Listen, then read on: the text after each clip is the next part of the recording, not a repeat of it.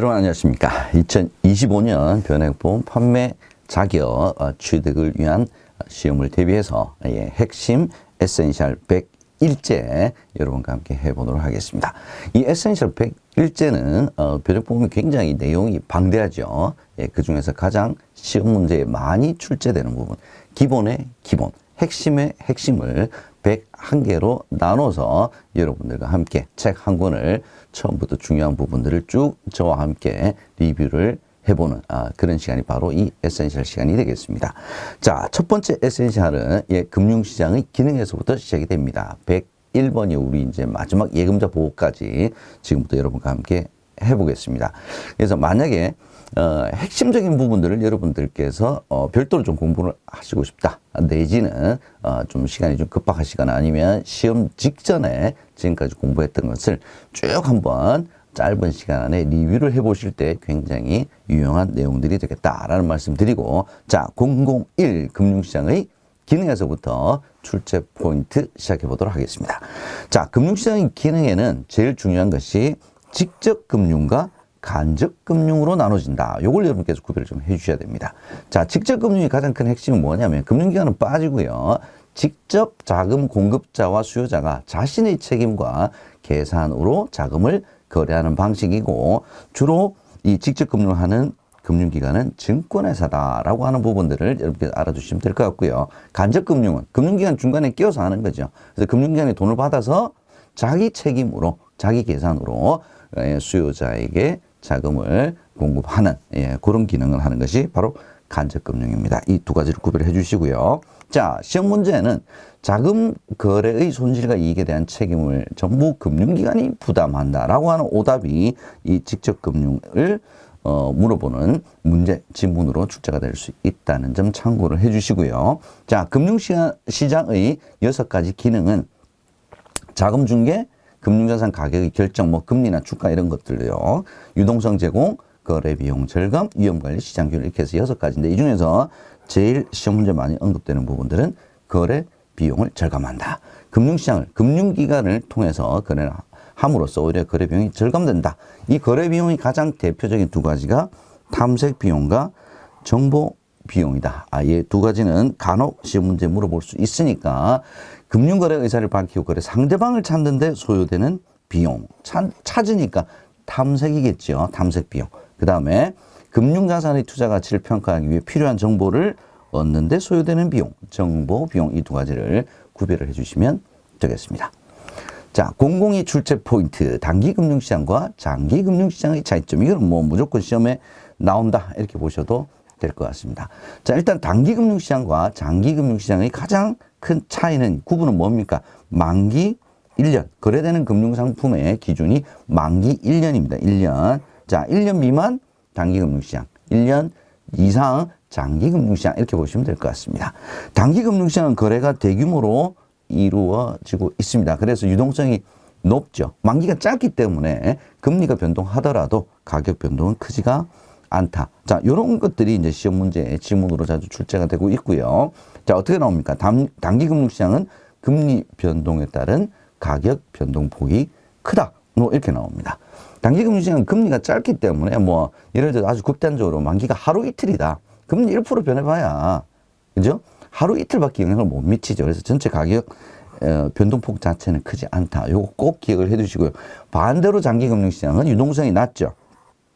가격 변동 위험이 크다. 요거 기억을 해 두시기 바랍니다. 자, 그래서 주로 시험은 단기 금융시장, 즉 자금시장 내지는 머니마켓, 이것에서 주로 시험 문제 많이 나옵니다. 거래의 규모는 대규모, 유동성은 높고요. 가격 변동폭은 낮습니다. 유동성 상품들이 대부분이니까 금리 수준도 낮죠. 자, 어떤 금융상품들이 주로 단기 금융시장에서 거래되느냐? 콜, 기업보험, CD, 양도성 예금증서, 단기사채, 통화안정증권, RP, 표지엄이다. 요걸 여러분께서 기억을 해 두셔야 되는데, 요거는 이제 단기 금융 상품에서 다시 한번 여러분들과 살펴볼 겁니다. 그래서 장기 금융시장에서 거래되는 상품은 만기가 없는 주식, 채권, 자산유동화증권 내지는 만기가 긴 채권, 자산유동화증권 이런 것들이 장기 금융시장에서 거래되는 상품입니다. 그래서 시험 문제에는 다음 중 단기 금융시장에서 거래되는 상품에 해당하지 않는 것, 이런 거 물어볼 수가 있습니다. 그래서 주식, 국채, 회사채, 요 좀 더 국채, 회사채 다 채권이죠. 예, 얘가 거래되는 시장이 바로 단기금융시장이다. 요런 오답 내지는 함정이 나올 수 있다는 점 기억을 해두시면 좋겠습니다. 세 번째 출제 포인트 보겠습니다. 단기금융시장에서 거래되는 금융상품, 우리 금방 봤던 거 있죠. 콜, 환매조건부 채권 RP죠. 양도성 예금증서 CD, 단기사채, 통화안정증권, 예, 이런 것들이 있습니다. 먼저 콜 시장부터 한 번씩 살펴보도록 하겠습니다. 자, 콜 시장, 콜은 뭡니까? 금융기관들 간에 초단기로 자금을 거래하는 시장입니다. 주로 무담보, 담보 없이 하는 거죠. 그래서 신용콜이라고도 얘기를 합니다. 그래서 1억 원 단위로 거래가 되고요. 최소 1억 원 이상입니다. 자, 시험 문제 출제되는 용어들은 최근에, 자, 대출자 입장에서는 콜론이라고 이야기를 하고요. 차입자 입장에서는 콜먼이라고 얘기를 합니다. 이 용어는 여러분께서 기억을 해 두시기 바랍니다. 환매조건부 채권 매매 시장, RP죠, RP. 예, 일정한 기간 경과 후에 일정한 가격으로 동일 채권을 내가 다시 살게. 예, 요걸 미리 약정하고 거래가 되는 시장이다. 이렇게 보시면 될 것 같습니다. 당연히 이거는 뭐 채권이니까 예금자 보호에 해당이 되질 않겠죠. 양도성 예금 증서는 우리가 CD라고 이야기를 합니다. 누가 발행합니까? 은행이 발행합니다. 은행이 발행하는데, 자, 은행 중에서 수출입 은행은 발행하지 않습니다. 수출입 은행을 제외한 모든 은행에서 발행을 하고요. 중간에 이제 채권시장에서 매매가 되죠. 중개를 합니다. 중개는 증권회사가 주로 담당을 합니다. CD 자체가 하나의 유가증권이기 때문에 만기 전에는 중도 환매가 불가합니다. 그래서 만기 전에 만약에 필요하면 채권시장을 매각해서 팔아서 돈을 회수하면 되겠죠. 자, 최단 만기는 30일 이상이다. 요거 기억을 해 두시고요. 단기사채 시장은 기업원, 예, 융통음이 거래되는 시장이죠. 거기에 이제 여러 가지 좀 문제점이 있었는데, 이런 것들을 다 보완을 해서 만든, 채권이다. 뭐, 이렇게 보시면 될 것 같습니다. 그래서 단기사채. 예. 얘는 이제 시험 문제 주로 뭐가 나오느냐면 발행 조건. 최소 1억 원 이상. 만기 1년 이내. 요거는 반드시 여러분께서 암기를 해 두셔야 될 것 같습니다. 예, 간혹 시험 문제 출제가 되고 있습니다. 또 하나의 출제 포인트는 통화안정증권입니다. 통화안정증권은, 자, 누가 발행을 하느냐? 통화량을 누가 합니까? 한국은행에서 하죠. 그죠? 통화량을 조절하기 위해서 발행하는 채권이 통화안정증권이다. 이렇게 보시면 될 것 같습니다. 그래서 통화량을 조절하는 한국은행이 발행을 하는데, 금융기관, 일반인, 뭐 법인, 누구에게나 다, 이게 거래를 할 수 있는 그런 채권이다. 이렇게 보시면 될 것 같습니다. 자, 금융기관, 법인, 다 거래 가능하다. 이렇게 말씀드렸죠. 여기서의 함정은 금융기관을 대상으로 발행을 하기 때문에 개인은 거래할 수 없다. 이런 함정이 출제가 될 수 있다는 점 기억을 해 두시고요. 자, 단기 금융시장에서 거래되는 금융상품 요 정도 살펴봤습니다. 네 번째 출제 포인트, 통화정책 보겠습니다. 통화정책 누가 펴입니까? 한국은행이죠. 한국은행의 통화정책입니다. 출제 포인트 보겠습니다. 이러한 통화 정책을 운영하는 목표가 있습니다. 이 목표는 뭐냐면 제일 중요한 게 물가 안정. 물가 안정이 한국은행의 가장 최대의 목표죠. 그죠? 그래서 이 물가 동향이나 국내의 경제 상황, 금융시장 여건 등을 종합적으로 고려해서 기준금리를 결정을 합니다. 좀 더 구체적으로 보게 되면 한국은행의 금융통화위원회에서 기준금리를 결정을 하고 있고요. 연 8회. 요거 여러분께 기억을 해 두셔야 될 것 같습니다. 그래서 시험 문제에 매월 내지는 분기 1회 뭐 요렇게 오답을 넣어서 함정을 파는 지문들이 자주 출제가 된다라는 점 알아두시고요. 얘는 이제 단기금리죠. 초단기금리입니다. 그렇기 때문에 콜 금리에 즉시 영향을 미치고요. 부동산과 같은 실물경제 활동에는 약 뭐 6개월에서 12개월 정도 시차를 두고 점차적으로 영향을 미친다. 이렇게 보시면 될 것 같습니다. 자, 경기가 과열이 됩니다. 경기가 과열이 되게 되면 투자도 많이 일어나고 인플레이션도 많이 생기겠죠. 물가가 많이 오르게 됩니다. 그러면 남의 돈 빌려서 투자하지 마. 남의 돈 빌려서 쓰지 마. 그러려면 어떻게 해야 돼요? 금리를 인상을 합니다. 반대로 경기가 침체를 해요. 그럼 소비도 줄어들고 투자도 줄어들겠죠? 자, 그러면 남의 돈 빌려서라도 투자해. 돈 써. 어떻게 해야 됩니까? 금리를 인하한다. 요거 두 가지를 반드시 구별해 주시고요. 여기와 관련된 단독 문제는 잘 출제가 되고 있지는 않지만 지문으로 많이 출제가 됩니다. 그래서 자, 자금의 수요와 공급과 이 금리의 상승 하락, 요게 이제 채권 수익률의 상승과 하락과 같이 맞물려서 나오는데 금리와 채권 수익률은 동일하다. 이렇게 보시면 될 것 같습니다. 자금의 수요가 증가했다. 이게 무슨 뜻이에요? 돈을 빌리려고 하는 사람이 더 많아졌다는 거죠. 빌리려고 하는 사람이 많아지면 당연히 금리는 오르겠죠. 그죠? 금리가 오르면 당연히 기업 투자, 민간 소비도 감소를 하는 효과가 나타나게 됩니다. 그래서 금리 상승 시에는 기업의 투자가 확대가 되는 것이 아니라 축소되는 효과를 기대할 수 있습니다. 그래서 경기가 과열이 되게 되면 금리를 올린다라고 우리가 방금 알아봤죠. 자금 공급이 증가합니다. 자금 공급이 증가한다는 것은 무슨 뜻이에요? 자금 빌려주려고 하는 사람이 더 많아지는 거죠. 서로 빌려주겠다. 당연히 금리는 하락하겠죠. 예, 금리가 하락하게 되면 민간 소비, 기업 투자 증대가 되게 됩니다. 금리의 세 가지 역할은 간혹 나옵니다. 간혹. 예, 금리는 어떤 역할을 합니까? 현재의 소비와 지금 쓸래? 아니면 나중에 쓸래? 그죠? 나중에 쓸라 그러면 내가 소비를 밀어놨죠. 그 기간 동안 이자 주는 거죠. 예, 그 이자만큼이 바로 현재 소비와 미래 소비의 가치를 동일하게 유지시켜 준다. 이제 이런 뜻이죠. 자, 금리가 오르고 떨어짐에 따라서 수요와 공급 규모를 결정을 하고요. 필요 부분에 적절한 자금을 배분하는 역할을 금리가 한다라는 점 알아두시면 되겠습니다. 자, 다섯 번째, 금리의 종류 보겠습니다. 금리의 종류. 금리의 종류는 명목금리, 실질금리, 실효금리, 표면금리. 자, 이런 것들이 나오죠. 그죠? 이 중에 제일 중요한 건 뭡니까? 명목금리와 실질금리는 물가 변동 고려 여부를 기준으로 구별을 한다.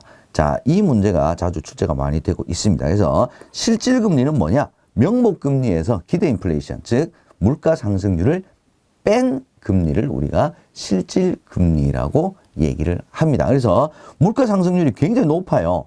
그러면 명목금리가 예를 들어서 3%인데 물가 상승률이 5%예요. 그러면 실질금리는 마이너스가 될 수가 있다라는 점 알아두시고요. 자, 명목금리에서 기대 인플레이션을 뺀 게 실질금리입니다. 요거 시험 문제 자주 출제가 되고 있습니다. 기억을 해 두시고요. 또 하나의 함정은 어떻게 나오느냐. 물가 변동 고려 여부를 기준으로 표면금리와 실효금리로 구분이 된다. 요런 함정도 나올 수가 있고요. 자, 실질금리에서 기대 인플레이션을 뺀 게 그게 명목금리다. 이렇게 바꿔서도 출제가 될 수 있다는 점 알아두시기 바랍니다. 자, 실효금리는 뭐냐면 실제로 지급하거나 부담하게 되는 금리이기 때문에 표면금리가 동일하더라도 이자 계산 방법, 과세 방법에 따라서 실효금리가 달라져요. 그래서 투자형 상품인 경우에는 금리를 비교할 때 실효금리로 해야 한다라는 점 기억나시죠? 자, 그 다음에 금리 계산하는 방법이 있었습니다. 월복리, 6개월 복리, 연복리 달리 있었죠. 그죠? 자, 복리는 뭡니까? 이자를 계속 더해주는 거죠. 매월 이자를 받는다. 이자를 받으면 받을수록 거기에 또 받은 만큼 이자가 더 붙기 때문에 수령액이 제일 많은 것은 짧은 기간에 복리로 계속 받는 것이 가장 수령액이 많다. 이것도 여러분께서 기억을 해두시면 출제 포인트의 하나로 여러분들 고려하실 수가 있겠습니다. 여섯 번째, 금융투자업자의 고유 업무. 금융투자업자는 주로 증권사와 자산운용사 이렇게 보시면 될 것 같죠. 예, 고유 업무 6개가 있습니다. 투자 매매, 투자 중개, 신탁, 집합 투자업, 자문업, 일임업 6가지인데 제일 중요한 거 2가지가 뭡니까? 투자 매매와 투자 중개업이죠. 매매업은 뭡니까? 그냥 자기 돈으로 자기가 투자하는 겁니다. 그래서 자기의 계산, 여기가 키워드고요. 투자 중개라고 하는 것은 뭡니까? 고객들끼리 자기들끼리 사고 팔도록 자기가 중개하겠다는 거죠. 누구의 계산입니까? 타인의 계산입니다. 그래서 여러분들 보기에 자기의 계산, 타인의 계산, 요게 키워드라는 점 여러분께서 기억을 해 두시기 바랍니다. 시험 문제 이런 것도 나온 적이 있었죠. 금융투자업자의 고유 업무에 해당하지 않는 것은 부동산, 중개업 이런 게 있었습니다. 기억해 두시고요. 자본시장법의 4가지 기본 방향은 예전에는 좀 많이 출제가 좀 됐던 적도 있었는데 최근에 이렇게 많지는 않습니다. 4가지 기억을 해 두시기 바랍니다. 포괄주의 규율체제, 기능별 기울 체제, 업무 범위가 확대가 되었습니다. 요게 주로 이제 시험 문제 많이 나왔죠. 겸용, 부수 업무 전면 다 허용이 되었습니다. 그래서 겸용 금지, 예, 요런 함정이 나올 수 있다는 점 알아두시고요. 투자자 보호제도는 갈수록 선진화되고 있죠. 예, 금융투자 업무 간 상호간 겸용 금지, 이제 요런 함정 나올 수 있다. 금방 말씀드린 겁니다. 7번째, 수신상품 보겠습니다. 수신상품 중에서 실적 배당형 상품입니다. 뭐, 그렇게 시험 문제 많이 출제가 되고 있지는 않은데, 최근에는 이렇게 상품 중심으로 좀 나오네요. 자, 금전신탁은 뭡니까?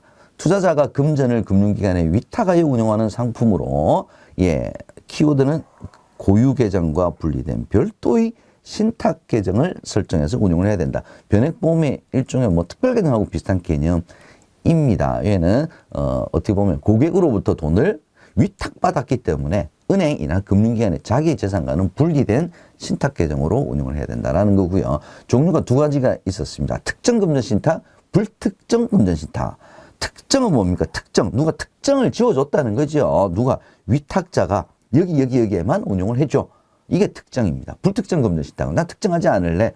금융기관 전문가가 알아서 해주세요. 이게 불특정 금전 신탁입니다. 두 가지만 구별을 해 주시고요. 단기 실적 배당 상품의 대표적인 그 세 가지입니다. MMF, CMA, MMDA. 단기 실적 배당 상품이기 때문에 입출금이 자유로운 상품에 해당이 되죠. MMDA는 키워드가 뭐냐면 은행 상품이에요. 은행 상품.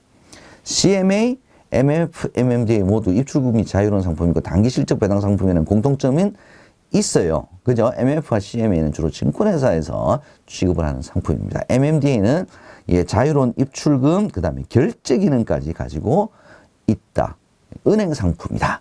이게 그 다음에 단기간 목돈 운용에 유리한 예금 상품입니다. 요게 키워드가 되겠죠. 그래서 간혹 다음에서 설명하는 금융상품 무엇인가? 그래서 MMDA와 CMA를 물어볼 수가 있습니다. 기억을 해 주시고요. 부동산 투자 신탁 우리가 리츠라고 얘기를 합니다.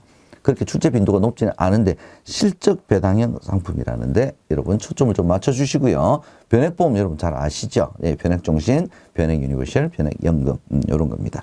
집합투자기구는 뭐 펀드라고 생각해 주시면 되겠죠. 펀드. 자, 상장지수 집합투자기구와 예, ETF죠. ETF. 하고 인덱스 펀드는 실은 뭐 비슷한 놈이죠. 그죠? 펀드의 수익률이 시장 수익률, 주로 종합주가지수죠. 따라가도록 설계되고 운용되는 펀드면 인덱스 펀드. 얘를 주식으로 만들었다? 이게 ETF. 네, 이렇게 구별된다는 거 여러분께서 구별해 주시면 되겠습니다. 다음 8번째. 투자 신탁, 즉 수익증권이죠. 얘는 하나의 뭐 금융상품 일종이다 이렇게 보시면 될 것 같고요. 투자회사는 금융상품이긴 하지만 형태가 얘는 주식회사 형태입니다. 주식회사. 그죠? 그래서 투자 신탁은 신탁계약에 의해서 이루어지는 것이 투자 신탁이고요. 법인을 회사를 만들게 되면 투자회사, 즉 뮤추얼펀드가 되겠습니다. 그래서 투자 신탁 가입자의 법적 지위는 수익자, 발행 유가증권도 예, 수익증권 이렇게 되고요. 투자회사는 회사이기 때문에 주식을 발행하죠. 그래서 주주가 됩니다. 주주.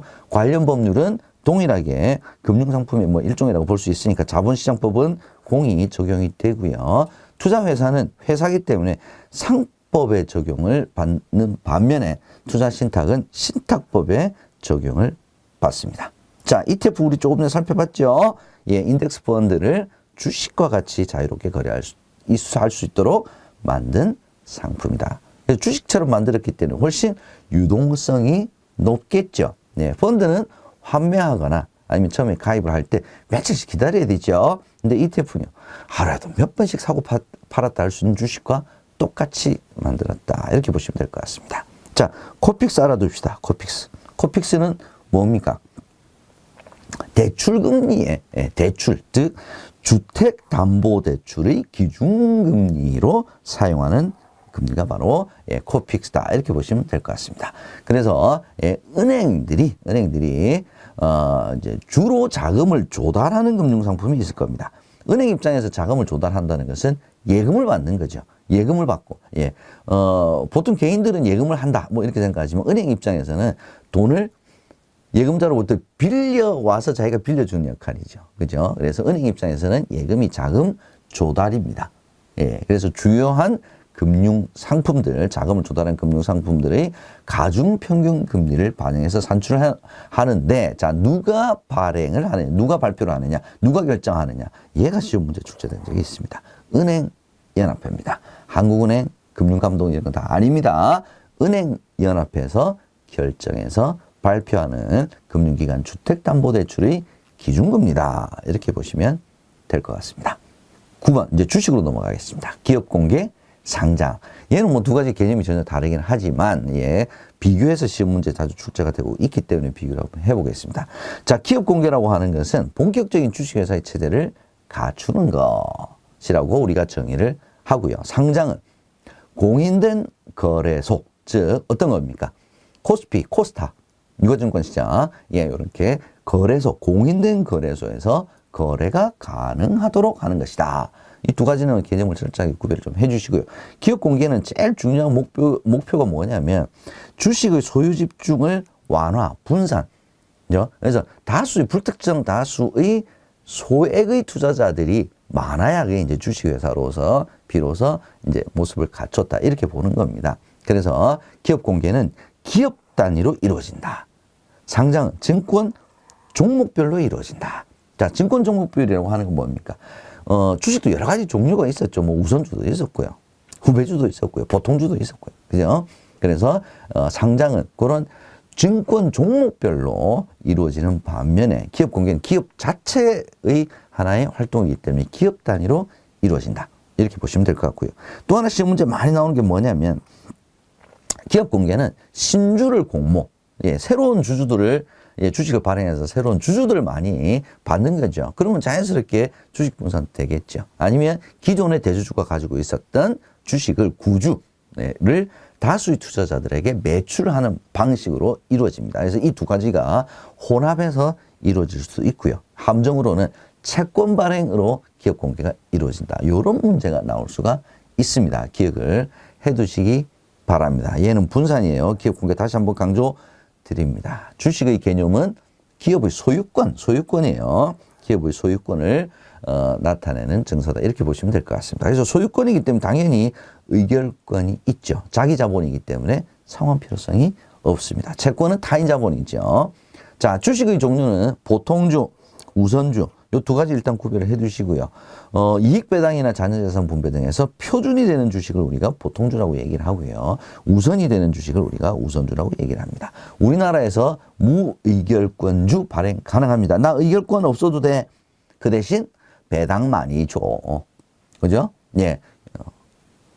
이런 목적으로 발행하는 것이 무의결권. 예. 무액면주, 액면이 없는 주식은 우리나라에서는 발행이 되지 않습니다. 그래서 시험 문제에 무액면주, 무의결권주 우리나라 다 발행 가능하다. 이거 틀린 겁니다. 기억을 해두시기 바랍니다. 주식을 발행한다는 것은 무슨 뜻입니까? 증자한다는 거죠. 자본금을 늘린다는 거죠. 기업 공개를 통하거나 유상증자, 무상증자, 그리고 무상증자의 하나의 방법인 주식 배당 등을 통해서, 예, 주식을 발행을 합니다.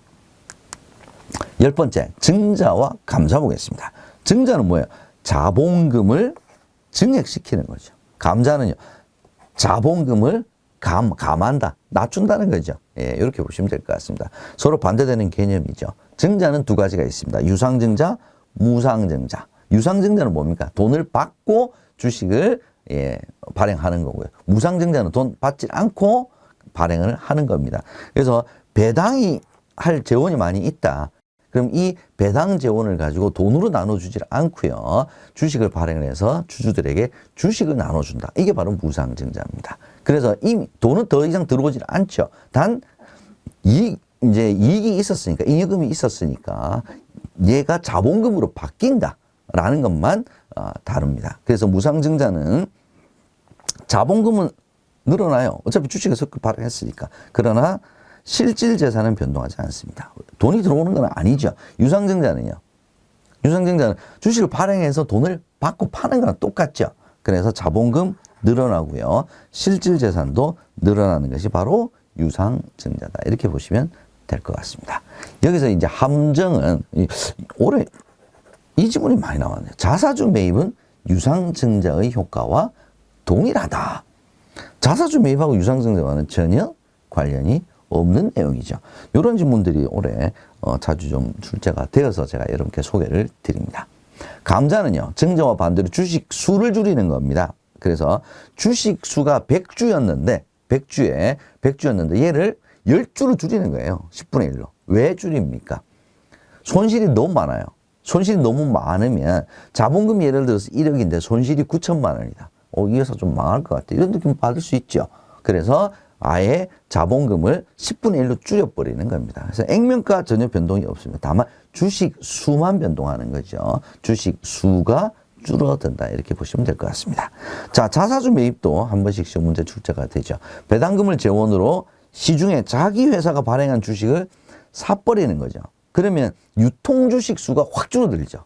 그죠? 그래서 유통주식 수가 줄어든다는 것은 무슨 뜻입니까? 매도할 게 별로 없어지는 거죠. 그 매도할 게 별로 없어지게 되면 주당 가치는 올라갑니다.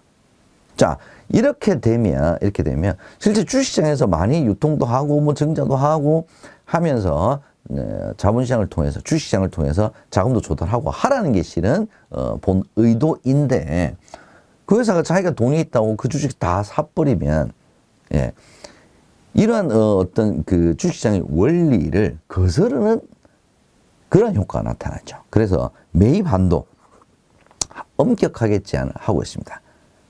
여기 시험 문제 자주 출제 나오죠. 매입 한도도 엄격하게 제한이 되고 있고요. 한번 사게 되면 뭐 얼마 기간 이내는 못 판다. 뭐 이런 조건이 붙기도 한다. 점까지 여러분께서 알아두시면 되겠습니다. 11번째, 위탁수수료와 증권거래회사의 출제 포인트 살펴보겠습니다. 위탁수수료는 증권회사가 받는 수수료의 개념이죠. 그래서 법적으로 정해진 게 아닙니다. 금융투자업자가 자율적으로 결정한다. 얘가 이제 하나의 포인트가 될 수 있을 것 같고요. 증권거래세는 세금이죠, 세금.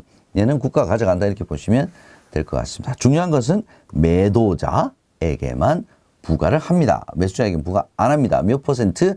0.15%입니다. 유가증권시장, 코스닥시장 동일합니다. 2025년부터 0.18에서 0.15로 떨어졌습니다. 금융투자소득세 시행으로 인해서 이제 낮춰 인하했는데 금융투자소득세가 실은 2024년 말에 폐지가 됐죠. 그러나 증권거래세는 0.15로 떨어졌다. 이렇게 알아두시면 되겠습니다. 주식의 결제 방식은 3영업일제 결제가 되는 뭐 보통결제제도 이렇게 얘기를 하고요. 위탁증거금이라고 하는 것은 일종의 보증금입니다. 고객이 자기 주문이 진실하다라고 하는 증표로 금융회사가 징수하는 증거금인데, 자, 핵심은 중요한 것은 금전 또는 유가증권으로도 징수가 가능하다라는 점 기억을 해 두시고요. 상한가, 하한가 제한폭은 상하 30%, 정규시장의 매매거래 시간은 9시부터 15시 30분까지다. 얘가 시험 문제에 출제되기도 합니다. 12번째, 매매거래 중단제도, 프로그램 매매 호가 효력 일시정지제도 보겠습니다. 서킷 브레이커죠. 그렇죠? 얘는 숫자를 무조건 뭘 암기를 하셔야 되냐? 815, 201, 201입니다. 자, 아무렇게나 아무렇게나 좀 말이 그렇고요. 매매거래 중단을 자주 시키면 시장의 안정성이 떨어지겠죠. 그래서 엄격한 조건이 있습니다. 그 조건이 뭐냐? 815입니다. 815. 광복절이죠. 코스피 지수가 전일 종가 대비 8, 15, 20% 이상 하락하여, 자, 1분간 지속이 될 경우 몇 분간? 20분간 매매 거래를 중단시키고요. 단계별로 1일 1회로 한정을 한다. 요걸 여러분께서 알아두셔야 될 것 같고요. 최근 문제는, 자, 중단하지 않는 경우가 있는데 뭐냐? 장 종료 40분 전 이후에는 중단하지 않습니다. 장 종료 40분 이전 남겨놨다. 이제 시간 한 30분밖에 남지 않았다. 이럴 때는 중단시키지 않는다. 요걸 기억을 해 두시란 말씀입니다. 프로그램 매매 호가 효력 일시정지 제도는 우리가 사이드카라고 이야기를 하는데, 자, 요거는 5일 요거를 기억을 해 두셔야 됩니다. 선물 가격이 5% 이상 등락하여 1분간 이상 지속이 될 경우에는 5분 중단 1일 1회 적용을 한다. 요겁니다. 자, 특정 종목에 대해서도 증권거래소는 매매거래 정지 가능합니다. 이상 뭐 풍문이 돌았다든지 뭐 부도설이 돌았다든지 뭐 이럴 수 있죠. 매매 정지 가능하다. 기억해 두시고요. 자, 배당 기준, 얘 물어보는 문제가 한 번씩 나올 수가 있습니다. 자, 주식은 거래가 3영업일 결제라고 얘기를 했죠. 그죠? 그래서 만약에 배당 기준일이 12월 28일이다. 그러면 12월 28일 주식 가지고 있어야 되겠죠. 주식 가지고 있기 위해서는 적어도 2영업일 이전에, 왜냐하면 매매 거래 당일 포함 3일이기 때문에 월요일 날 매매를 했으면 월, 화, 수입니다. 그죠? 그래서 이틀 전 2영업일 이전에 12월 26일 날 매수를 해야 26, 27, 28일 날 주식이 들어오겠죠. 결제가 되겠죠. 그래서 만약 12월 28일이 마지막 거래일이라면 언제까지 주식을 매수해야 되느냐. 요거 계산하는 문제가 과거에 출제가 된 적이 있다는 점 기억을 해 두시기 바랍니다. 13번째 공시 보겠습니다. 공시는 그렇게 뭐 많이 출제가 되는 부분은 아닙니다. 간단하게 보죠. 세 가지 있습니다. 상법상 공시, 자본시장법상 발행공시, 유통공시.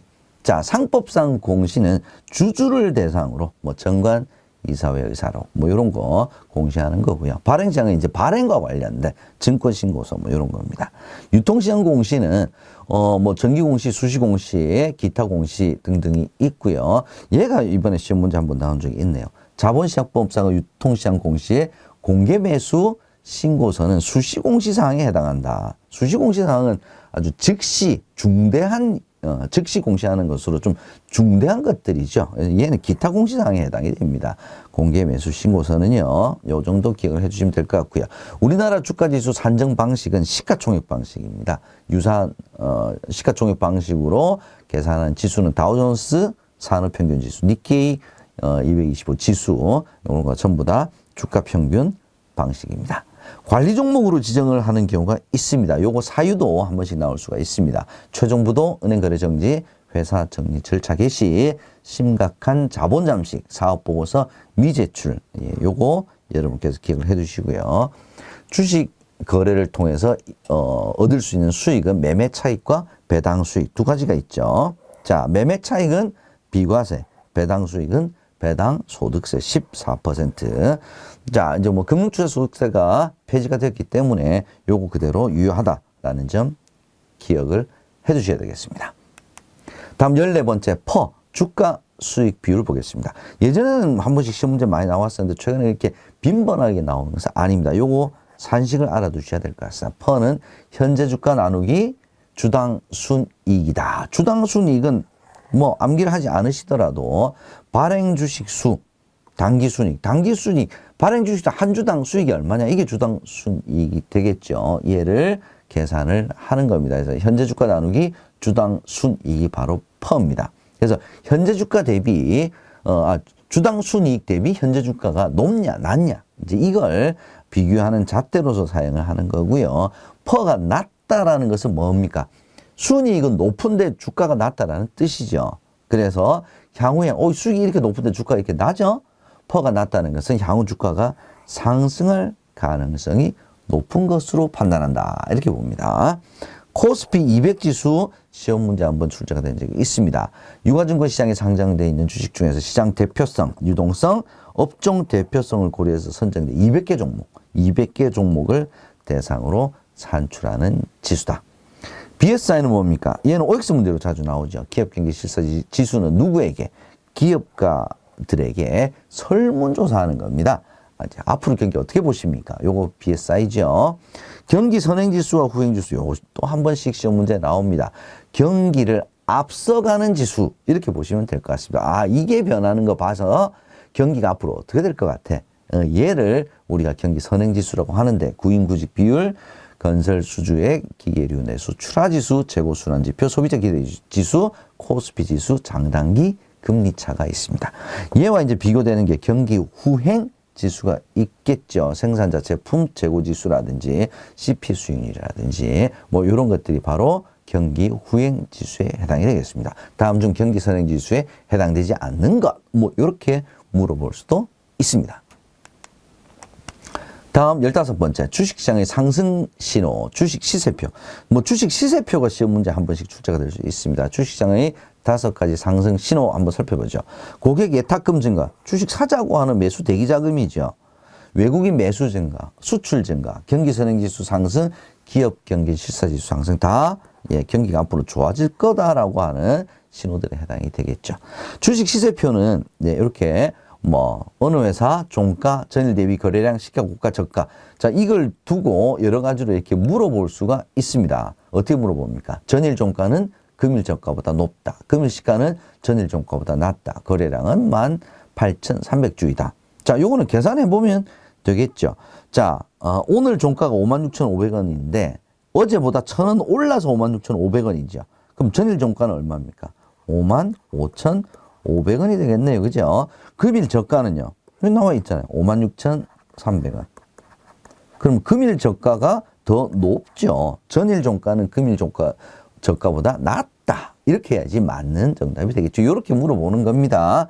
기억을 해 두시면 되겠습니다.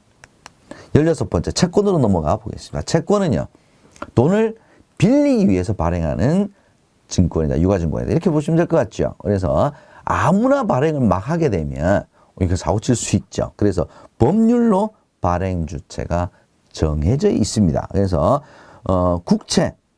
국가에서 발행하는 채권이죠. 국회의 동의를 받아야 됩니다. 국회의 동의를 받을 때 한도 얼마까지 발행하겠다. 한도 제한이 있습니다. 다만 회사채는 사채 등급 평가, 뭐 기업 평가와 비슷하겠죠. 증권 신고서를 제출해야 되는데 한도 제한이 없다. 요것만 구별을 해 주시기 바랍니다. 이렇게 채권을 산 사람은 이자 받겠다는 거죠. 만기가 딱 정해져 있습니다. 언제까지 이자 몇 % 받고 내가 얼마 빌려줄게. 이거죠. 그죠? 그래서 이자를 계속 받으려고 그러면 만기까지 계속 보유하면 되고요. 중간에 돈이 필요해 만기 있잖아요. 유통시장에서 매각을 통해서도 언제든지 현금화를 할 수 있다. 이렇게 보시면 될 것 같습니다. 주식은 3일 결제죠. 채권은 당일 내지는 이길, 그 다음날 결제다. 이렇게 보시면 되겠습니다. 유통시장의 거래 방식은 주식과 또 조금 달라요. 장외 거래 비중이 높고요. 상대매매, 상대 이미 정해져서 주식은 경쟁매매입니다.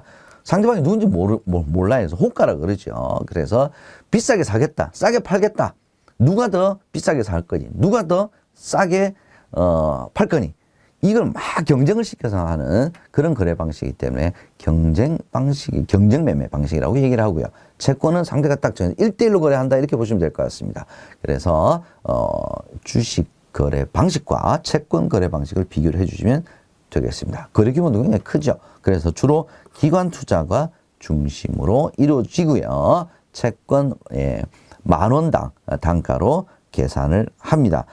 개인 투자가들은 뭐 금액이 소액이기 때문에 주로 증권회사를 통해서 RP 방식으로 많이 거래가 된다라는 점 특징 알아두시고요. 최근에 시험 문제는 채권의 종류 중에 단기채, 중기채, 그 다음에 장기채, 뭐 만기가 짧으면 단기채고요. 3년에서 한 5년 중기채, 그죠? 뭐 5년 이상 장기채 이렇게 봅니다. 그래서 종류를 물어보는 문제가 출제가 된 적이 있다는 점 기억을 해두시기 바랍니다. 외국한 평형기금 채권, 회사채, 이게 바로 중기채에 해당되고요. 통화안정증권은 뭐 최대 만기가 2년 정도이기 때문에 주로 1년 안쪽입니다. 그래서 단기채로 운영이 된다. 이런 특징들만 여러분께서 기억을 해두시면 되겠습니다. 다음, 채권과 주식의 차이점. 뭐 지금까지 계속 설명드리면서 제가 말씀드렸던 거와 비슷합니다. 채권은 대부 증권이죠. 주식은 출자 증권입니다. 대부, 돈을 빌려주는 거죠. 그래서 기간이 딱 정해져 있습니다. 그래서 채권은 존속기간이 영구적이다. 그럼 얘는 틀린 오답이에요. 타인 자본, 부채 증가, 원금 상환 의무가 있고요. 경영 참가는 불가능합니다. 주식은 소유권이죠. 그래서 경영 참가 가능하고 의결권이 있죠. 그죠? 채권은 의결권 없습니다. 주식은 배당금을 받고 채권은 이자를 받죠. 만약 회사가 부도가 났어요. 부도가 나면 누가 제일 돈을 받아갈 수 있냐. 자녀재산이 있다면 우선순위는 채권자가 제일 먼저 받아갈 수가 있겠죠. 주식 투자자는 돈을 빌려줄 게 아니죠. 자기 자본이기 때문에 채권 다 상환하고 난 다음에 돈이 남으면 그때 자녀재산을 분배받을 수 있습니다. 그래서 채권과 주식은 둘 다 자녀재산 분배권은 가지고 있어요. 그러나 순서가 우선순위가 다르다. 채권이 더 우선된다. 이걸 기억을 해두시면 될 것 같습니다. 채권 관련 주 용어, 액면가, 표면이익률, 요거 한번 살펴보시고요. 요거 물어보는 문제가 간혹 한 번씩 나옵니다. 채권의 종류 중에 이자 지급 방식에 따라서 이표채, 할인채, 복리채 이렇게 나누기도 합니다. 뭐 할인채, 복리채는 여러분들 뭐 용어만 들으셔도 어느 정도는 요거는 할인해서 정해지는 거야. 아니면 이자를 얹어주는 거야. 아실 수가 있죠. 이표채가 그래서 시험 문제에 한 번씩 나옵니다. 이표채는 뭐냐면 표면 이율에 따라 일정 기간, 뭐 주로 3개월이 우리 많은데 이자를 나누어서 지급하는 채권을 우리가 이표채다. 이자를 표시해놨다. 뭐 이렇게 우리가 표현을 합니다. 이표채 기억을 해두셔야 될 용어입니다. 다음 합성채권 18번째. 합성채권은 지금 세 가지 비교를 하고 있습니다. 전환사채, 신주인수권부사채, 교환사채. 자, 세 가지입니다. 전환사채는 뭡니까? 전환사채. 처음에 채권으로 발행했는데, 그죠? 발행회사의 주식으로 바꿔달라 그러면 바꿔줄게. 이거죠. 신주인수권부사채는 뭡니까? 채권은 처음은 채권인데 이 채권 안에 만약에 이 회사가 주식을 발행하게 되면 그 발행한 주식을 신주를 살 수 있는 권리를 얹어서 주는 겁니다. 그래서 채권과 신주인수권은 별도다. 이렇게 보시면 두 가지를 같이 산다. 이렇게 보시면 될 것 같습니다. 발행회사의 주식을 살 수 있는 권리입니다. 전환사채는 바꿔주는 거나 똑같아요. 그래서 채권이 주식으로 바뀌는 거예요. 근데 신주인수권부 사채는 그냥 주식을 살 수 있는 권리만 가지고 있기 때문에 채권은 채권대로 계속 존속이 되고요. 돈을 새롭게 내고 주식을 새롭게 사는 거다. 추가 자금이 필요하다. 교환사채는 발행은 채권으로 했는데 만약에 채권자가 발행회사가 소유하고 있는 다른 상장 유가증권으로 바꿔주세요. 그럼 바꿔주겠다는 겁니다. 그래서 채권이 다른 상장회사의 유가증권으로 바뀝니다. 그래서 전환사채와 교환사채는 추가적인 자금이 불필요하다라는 점 알아두시고요. 신주인수권부사채 BW는 채권과 별도로 신주인수권만 가지고도 거래가 가능하다. 최근에 문제 지문에서는 이런 지문이 나왔습니다. 전환사채, 교환사채는 일반 채권보다 뭔가 옵션, 프리미엄, 뭔가 하나를 더 얹어줬죠. 그래서 발행금리가 좀 낮게 발행할 수 있다. 이런 특징이 있다는 점 여러분들 지문으로 출제가 된 적이 있다는 점 기억을 해두시면 도움이 되실 것 같습니다. 예. 여기 뭐 함정 교환사채는 권리 행사 시 추가 자금 부담이 있다는 점에서 신주인수권부사채와 동일하지가 않죠. 교환사채는 추가 자금 부담이 없죠. 추가 자금 부담이 있는 것은 신주인수권부사채에만 적용이 되는 얘기입니다. 다음 19번 채권 수익률 보겠습니다. 채권 수익률은 뭐 계산하는 문제가 나온 적은 한 번도 없었다. 이렇게 보시면 될 것 같습니다. 다만 발행 수익률, 유통 수익률, 만기 실효 이 네 가지를 구별하는 문제는 출제가 된 적이 있는데 주로 유통 수익률 아니면 실효 수익률 이 두 가지를 물어보는 경우가 거의 대부분이었습니다. 기억해 두시고요. 채권 수익률 결정 요인은 제가 앞서서 금리를 얘기할 때도 말씀을 드렸습니다. 채권 수익률과 금리는 같은 동일한 개념이다. 이렇게 제가 이해를 하시면 되겠다는 점을 말씀드렸는데요. 그 염두에 두시고 시중 자금이 풍부하다.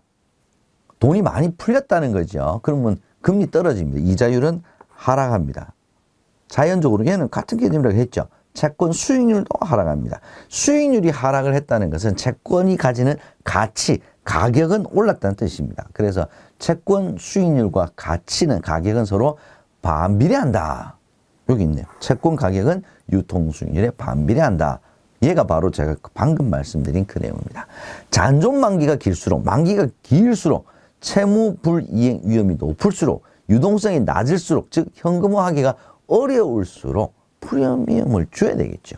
그래서 채권 수익률은 상승합니다. 자, 여기와 관련된 문제 출제가 될 수 있습니다. 유동성이 높을수록 유동성이 높다는 것은 현금화하기가 굉장히 쉽다는 거죠. 그러면 채권 수익률은 낮아져야죠. 자, 이런 함정 나올 수가 있습니다. 네 번째, 표면금리가 낮아요. 만기가 긴 채권 유통 수익률 변동에 따른 채권 가격 변동폭도 커진다. 기억을 해 두십시오. 낮은 표면금리 뭡니까? 표면금리 1%짜리, 표면금리 10%짜리 똑같이 1%가 올랐어요. 2%, 11% 됐습니다. 그럼 1%짜리는 2배가 된 거죠. 그죠? 그렇기 때문에 금리가 조금만 변동을 해도 전체 가격에 미치는 영향은 굉장히 크다. 이렇게 구별을 해 두시면 되겠습니다. 20번 세금으로 넘어가 보겠습니다. 세금 종류. 세금 종류는 8가지로 보겠습니다. 이자와 배당소득. 얘를 우리가 금융소득이라고 얘기를 하죠. 유형별 포괄주의를 적용을 합니다. 사업소득, 근로소득, 연금, 기타, 퇴직, 양도소득이 얘가 이제 열거된 개인소득으로 열거된 소득이죠. 열거주의로 과세를 합니다. 자, 이 중에서 중요한 것은 뭐냐? 자, 퇴직, 양도소득은 퇴직소득, 양도소득은 그 해에 발생한 소득의 원천이 그 해의 원인이 발생한 게 아니라 퇴직 30년 일을 했으면 30년 동안 계속 누적됐죠. 그러다 그 해 딱 소득이 발생했다고 해서 종합과세를 하게 되면 너무 세금이 과도할 수 있다는 거죠. 자, 이런 특성을 가진 퇴직, 양도소득은 분류과세를 합니다. 나머지는 금융소득 중에 이자 배당소득의 합계액이 연 2천만 원 이하인 경우에는 분리과세, 그 이상인 경우에는 종합소득으로 과세를 한다라는 점 구별을 해두시면 될 것 같습니다. 종합과세는 2천만 원 이하일 때는 몇 퍼센트? 14%. 그죠? 2천만 원 이상일 때는 종합과세. 연금소득도 분리과세를 합니다. 저율 분리과세에 사적연금소득액이 연 얼마 이하? 1,500만 원 이하일 경우에는 3에서 5% 하죠. 기타 소득 300만 원 이하일 경우에 분리과세로 종결이 됩니다. 암기 필요하시겠죠? 21번 분류과세 보겠습니다. 분류과세 제가 방금 설명을 드린 내용이죠. 퇴직소득, 양도소득 무조건 암기하셔야 됩니다. 얘는 시험 문제가 굉장히 자주 출제가 됩니다. 장기간에 걸쳐 발생한 소득이다라는 점. 그래서 시험 문제 이런 게 나왔습니다. 종합소득 과세에 해당하는 합산 소득 금액은 얼마인가? 자, 양도소득 얘는 분류과세로 종합소득 과세를 하는 게 아니죠. 그 다음에 이자 배당 소득이 2천만 원을 초과해야 종합소득으로 과세를 하죠. 얘는 분리과세로 납세 의무가 종결이 돼버린 거죠. 그러면 실제 종합소득으로 과세하는 것은 요거죠. 2천만 원, 1,500만 원. 합이 얼마입니까? 3,500만 원. 이렇게 계산하는 문제가 나왔었다라는 점도 알아두시면 좋겠습니다. 다음 22번째 소득세, 법인세, 그 다음에 상속세와 증여세, 세율. 세율을 물어보는 문제가 최근에 좀 많이 나오네요. 소득세는 자 6에서 45% 구간이 있었죠. 그죠? 8개 구간이 있었습니다. 6에서 최대 45%. 자, 1,400만 원 이하 6%. 그죠? 10억 원 초과 45%. 그 중간 단계 여러분 알아두시기 바랍니다. 법인세는 최저 9%에서 최대 24%입니다. 24%. 그래서 법인세 최고 세율이 21%다. 이런 함정이 출제가 되기도 했습니다. 상속 증여세는 동일합니다. 세율은. 자, 5단계죠. 5단계. 얘는 10, 20, 30, 40, 50입니다. 그죠? 그래서 10%에서 50%인데 최고 과표 구간 30억 원. 30억 원 초과를 할 때는 50%가 적용이 되고 1억 원 이하일 경우에 10%. 최대 구간은 여러분께서 반드시 암기를 좀 해두실 필요가 있겠습니다. 법인세는 순자산 증가세, 상속증여세는 완전 포괄주의로 과세를 하고요. 자, 우리 저축성 보험인 경우에는 일정 요건들을 갖추게 되면 비과세 혜택이 있죠. 근데 법인을 수익자로 해서 저축성 보험에 가입을 했는데 보험차입 비과세 요건을 충족을 했더라도 법인은 법인세를 과세를 합니다. 법인세. 왜? 순자산, 법인의 자산을 증가시켰기 때문에 법인세 과세한다. 얘가 한 번씩 지문으로 출제되고 있다는 점도 기억을 해두시면 좋겠습니다.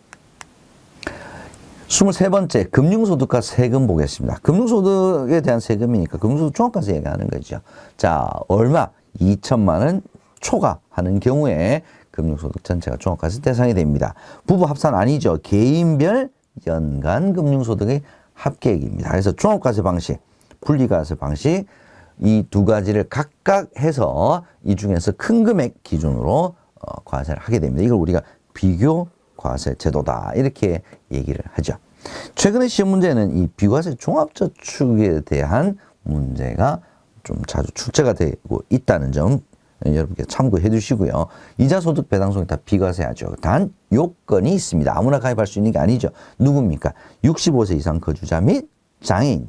그 다음에 1명당 저축원 금액이 얼마? 5천만 원 이하. 요 조건을 물어보는 문제가 자주 출제가 되고 있습니다. 기억을 해 두시면 되겠습니다. 어떤 함정이 있었는지 한번 볼까요? 예.